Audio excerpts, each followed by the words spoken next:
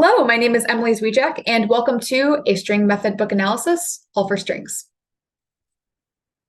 So All for Strings is a string method book that I have not personally used when I started playing violin at age 12. I started violin in 7th grade, and we started in Essential Elements 4th through 6th grade. So I caught up in the Essential Elements methods books in one summer with my private teacher before entering orchestra 7th grade with the rest of the students. But I learned quite a bit about All for Strings during my time here at university, and I was very happy to do some research on it.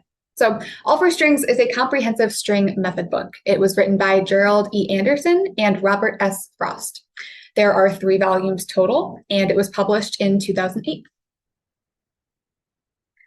Talking a little bit about the instructional design of this book is pretty interesting. So I really like the brown and gold engaging cover, and there's wonderful representation of all the string instruments that are covered in the book. So you can tell in the picture here, there's clearly a bass with the metal tags for tuning. There's clearly a chin rest, which could be violin or viola. You can see at the very bottom, looks just like a cello.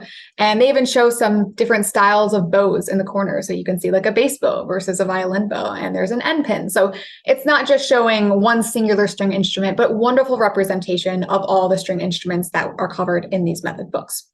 And I think that the instructional design is very interesting because they use this cover with this brown and gold, which gives off this kind of mature vibe for the students. So it's not like a little kiddie book with more like bright colors, but it's also really engaging for the students and then just looks very professional.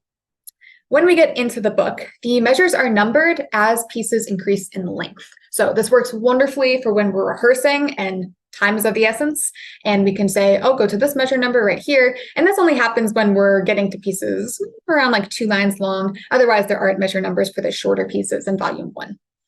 This book also has a glossary at the end of the book, which we will look at in a second, with a bunch of different terms. There's a music theory chart, which I personally love. We'll get more into that as well. And they also have a fingering chart, which is really helpful for when students are practicing on their own.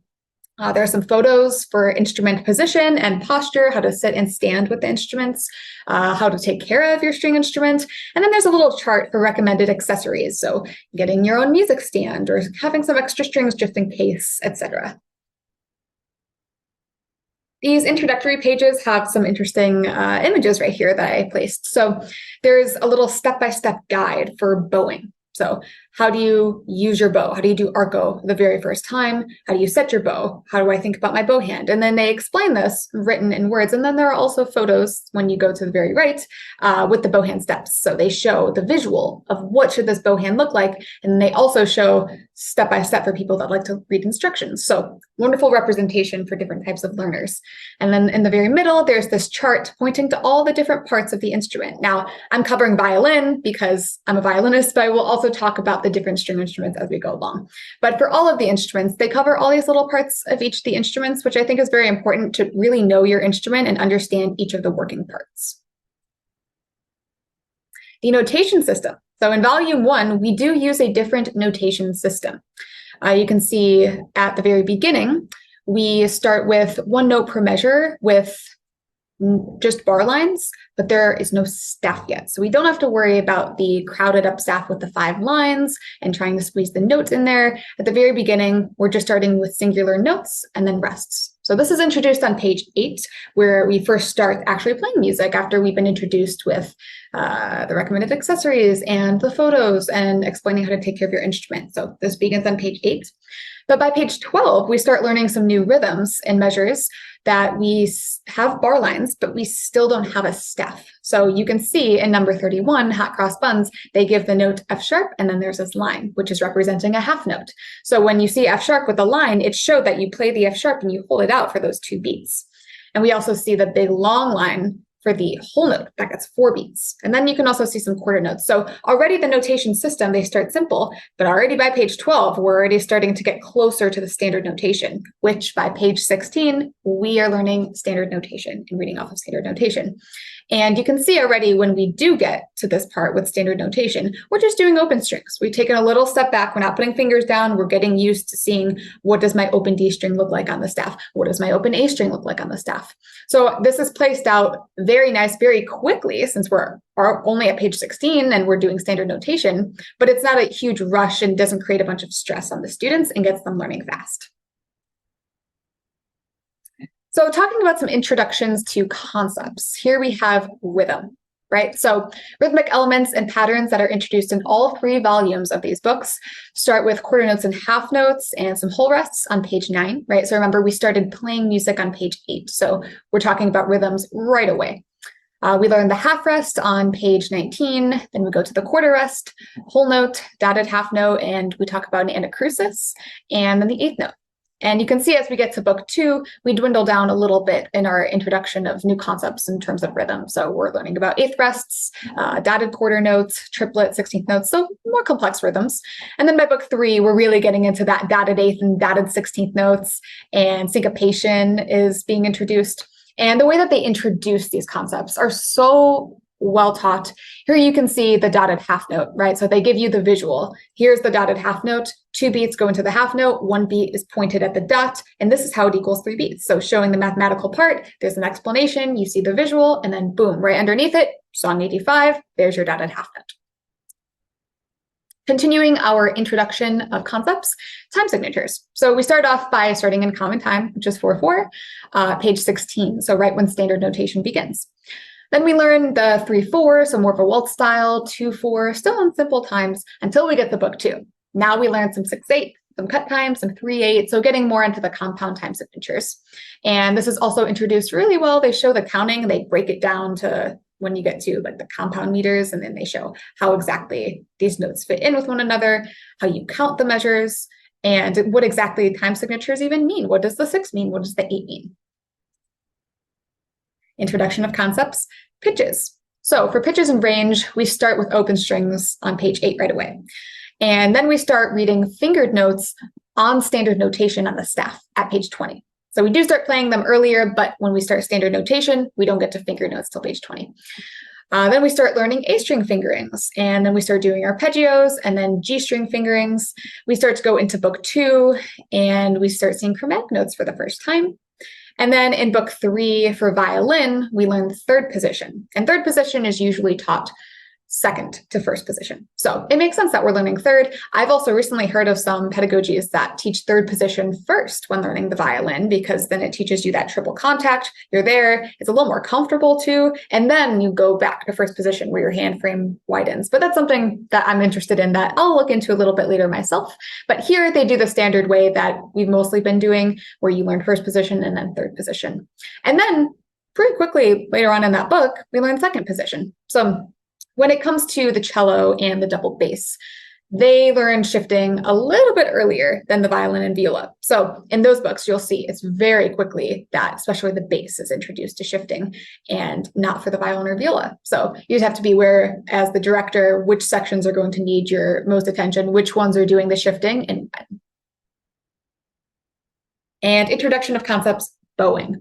So bowing styles and articulation, we start off with arco and pizzicato on page 8. So I thought this was really interesting because I know that there are some theories where teachers like to keep students doing pizzicato for a long time until they master the bow hold without playing it yet, and then they get the left hand all ready to go. But I think a very important thing is getting these students playing music with the bow right away, because keeping them motivated and encouraged and excited is really important. And we want to, yes, of course, be big about the bow hand, be big about the left hand technique, but getting them playing arco right away is very important as well. We start learning circle bows. So bow lifts on page 22. We talk about bow distribution very early on page 25, which is great when we're learning the longer versus shorter rhythms. We learn the hooked bowing, slurs, ties. And then in book 2, very quickly, left-hand pizzicato is introduced. And I think this is really interesting because for me, left-hand pizzicato was this incredibly challenging thing that you only did in Paganini 24 when you're in conservatory. But it's introduced very quickly, and I can see the significance of it in this book. And it's to prevent that left-hand tension. When you're starting to do pizzicato with your left hand on the string, it's already loosening up your hand. Doing these open strings with any of the fingers 1, 2, 3, or 4, which gets you ready for vibrato and for shifting even sooner because this will be loosened up, it will be tense, and most of your bad habits will go away when you start doing the left-hand pizzicato. Then we learned some double stops, staccatos, accents, sforzando, the iconic tremolo as a string player, orchestral musician, and spiccato. So getting into some musical examples and how CDs work in this book. Most of the musical examples are Suzuki songs. There are some folk songs, lots of famous classical works, some seasonal and holiday tunes, and then a couple duets and rounds to play as well. Not a lot of diverse music in this All for Strings book. It's mostly these traditional works that we've seen for long periods of time. For CDs and recordings, there are no CDs in this book. And I think a big reasoning for that is because rote instruction is only in the first 8 pages of playing. Then immediately we are reading music on the staff and then quickly go into standard notation. So they're not super huge on rote instruction. And I think rote instruction is very important, but they really prioritize music literacy in this book right away. So students won't get too hung up on playing by ear. They will be familiar with reading music, which will help them with sight reading and being handed pieces left and right in the future. And then on the side here, I also included some of these examples. So you can see the Brahms Academic Festival Overture, We Wish You a Merry Christmas, and then Hunter's Chorus is from the Suzuki books as well. Music theory. All right, my favorite topic, and also All for Strings' favorite topic.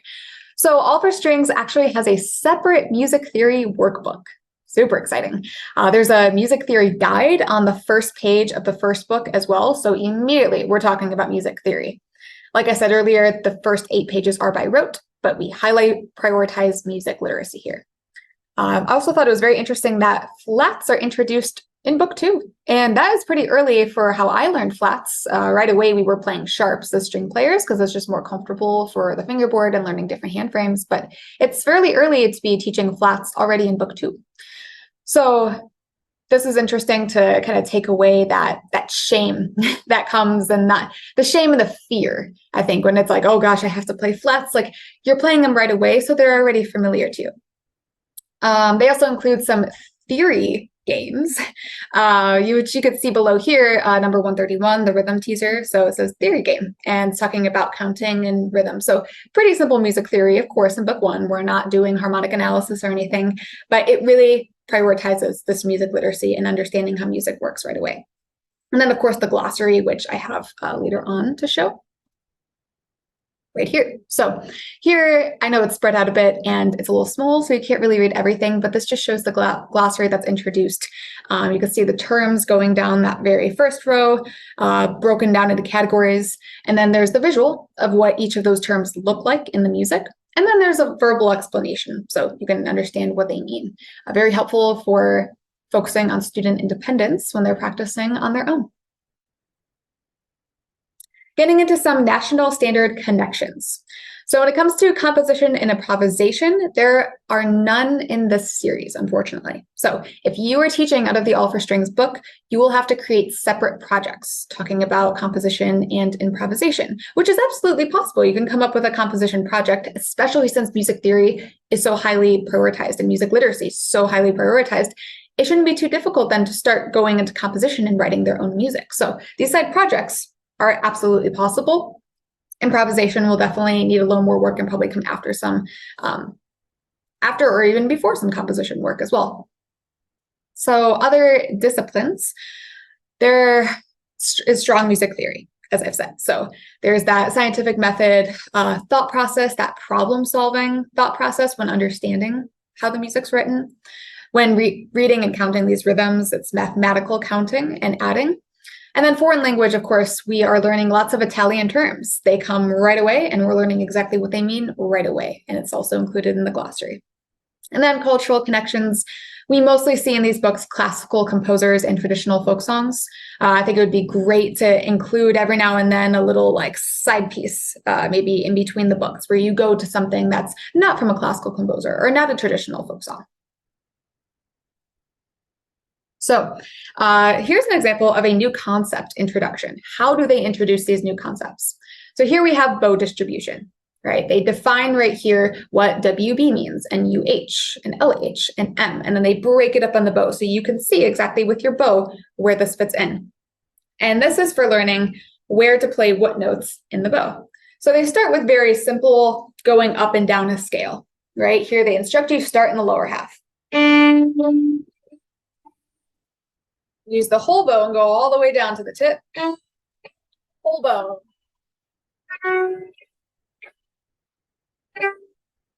Rest, rest. Now it's reversed.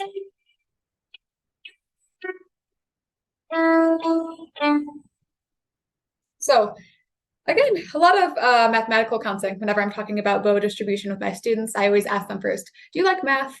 And a lot of them say no, but I do have the select few that say yes. And I'm like, all right, because you're going to love this when we start talking about dividing up the bow, not literally breaking up the bow, but how we place these notes in the bow. Then we go on to lightly rope, a more familiar tune that's usually known as a lullaby. And then we start using that quarter note, half note bow division idea. So you see, I go to the different parts of the bow that are written down.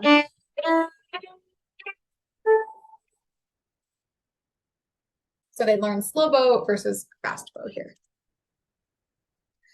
This does start early on in book 1 on page 25, pretty sudden for bow distribution and bow division. They can read off the staff at this point. They're placing fingers down and reading quarter notes and half notes. Secondly, here is a national standard relation. So the Surprise Symphony theme.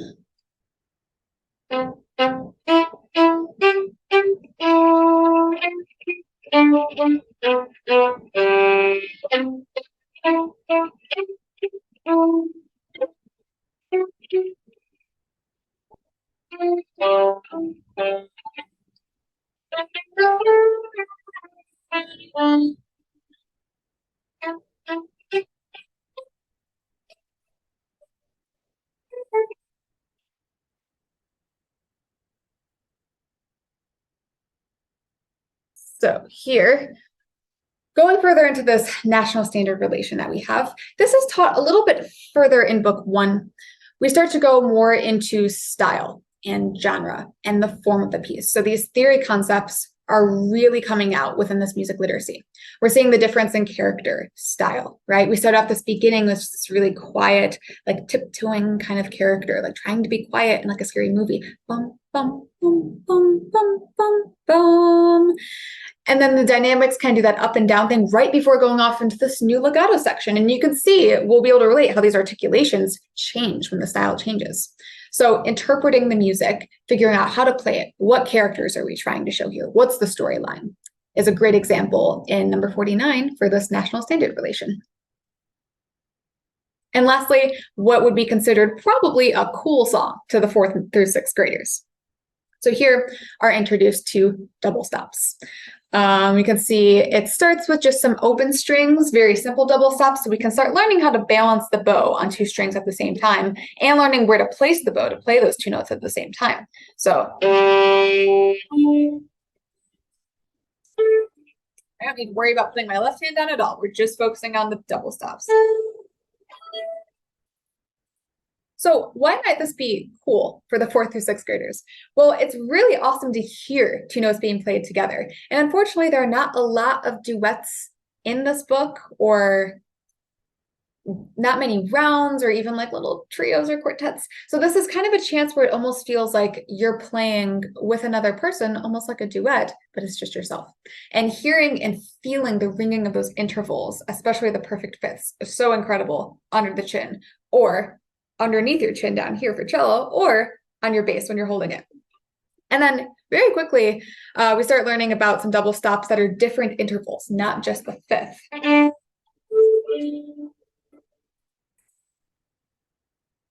There's that 6. You could talk about the really tense 7 that we have here. And since we do a lot of prioritizing of music literacy and music theory, this is a really great point to start talking about some ear training and get into the interval ID. So talking about the difference between intervals that have the dissonance versus the consonants. And here we can see all those different ones, and like the octave.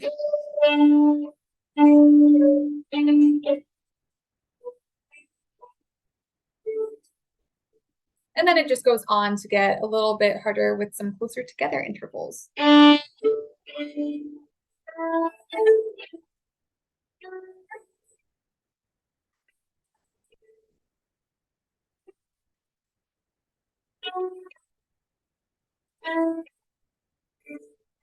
So you can have the students kind of pick out what their favorite interval is, and have them play it, or even have someone play an interval and then have someone guess what it is. So it's really amazing that they can hear these harmonies and the resonance that can come out of their instruments. This can be a very inspiring time in a string player's career, is learning how it feels like to play double stops. And it's basically like playing a duet with yourself, as I have written down here. So thank you for listening to my presentation on All for Strings. There are many other string method books out there as well. You see here All for Strings. There's the Essential Elements books that I was talking about that I've learned out of, Sound Innovations, and many, many more. So do some research on these. And if you like All for Strings, you have this presentation to refer back to for some of the really great strengths of this book. Thank you.